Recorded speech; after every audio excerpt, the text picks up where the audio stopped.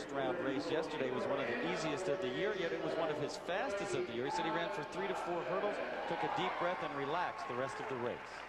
Here are the lane assignments in heat number 2. In lane 1, Terry Reese, who was ranked 8th in the world last year. In lane 2, Ubeja Anderson from the University of Houston, who ran 13.35 in his quarterfinal heat. Lane 3 is Alan Johnson, world indoor and outdoor champion, and despite those accomplishments, ranked number 2 in the world to Mark Creer, a controversial ranking. In lane 4 is Steve Brown, Wake Forest grad, who was impressive in his heat, finished 3rd in his quarterfinal there. In lane 5, Eugene Swift, who beat Alan Johnson in his quarterfinal, running 13.30. Lane 6 is the veteran Jack Pierce, bronze medalist in Barcelona. He won his quarterfinal heat 13.19. In lane 7, Brian Amos, the 94 NCAA Division II champion at Abilene Christian. And completing the field in lane 8 is Derek Spears, University of Texas All-American. Tom, Roger Kingdom told me that every Olympic trials there's a new guy, somebody who comes from nowhere. And this time he says it's going to be Steve Brown, the man in lane 4. Brown, a high school math teacher here in Atlanta at the Lovett School, also a football coach. Steve Brown improved 0.3 yesterday, went from being 13.48 as a best to 13.19. He's coached by Charles Foster, 4th in the 1976 Olympic Games. And Steve right next to the champion Alan Johnson, the shy one, very retiring. All you can coax out of him is a little smile every now and then, except when he gets on the track facing those hurdles. Then he becomes a tiger. And he says he's even had some nightmares from time to time about hurdling, about not getting here on time, getting caught in traffic, all sorts of things. He's a worrier, but he can perform. Johnson away well in lane 3.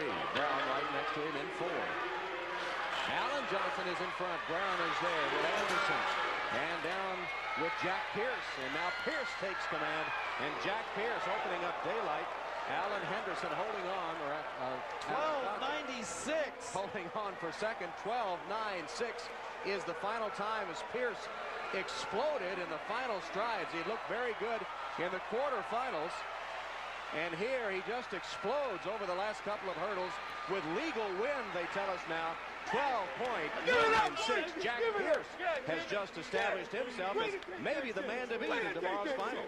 That's incredible, because he told me yesterday that nobody's giving him any respect. People have forgotten about him. In fact, earlier in the season, people were coming up to him and saying, well, gee, we thought you had retired.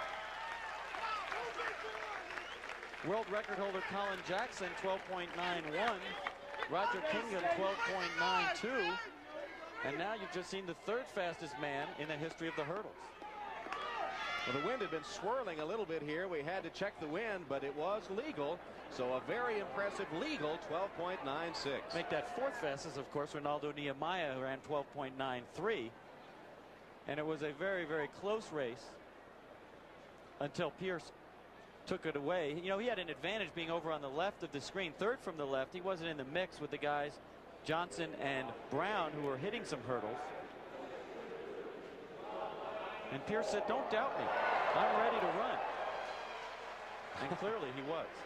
A daylight victory, a big margin, as only 4 others have ever broken 13 seconds.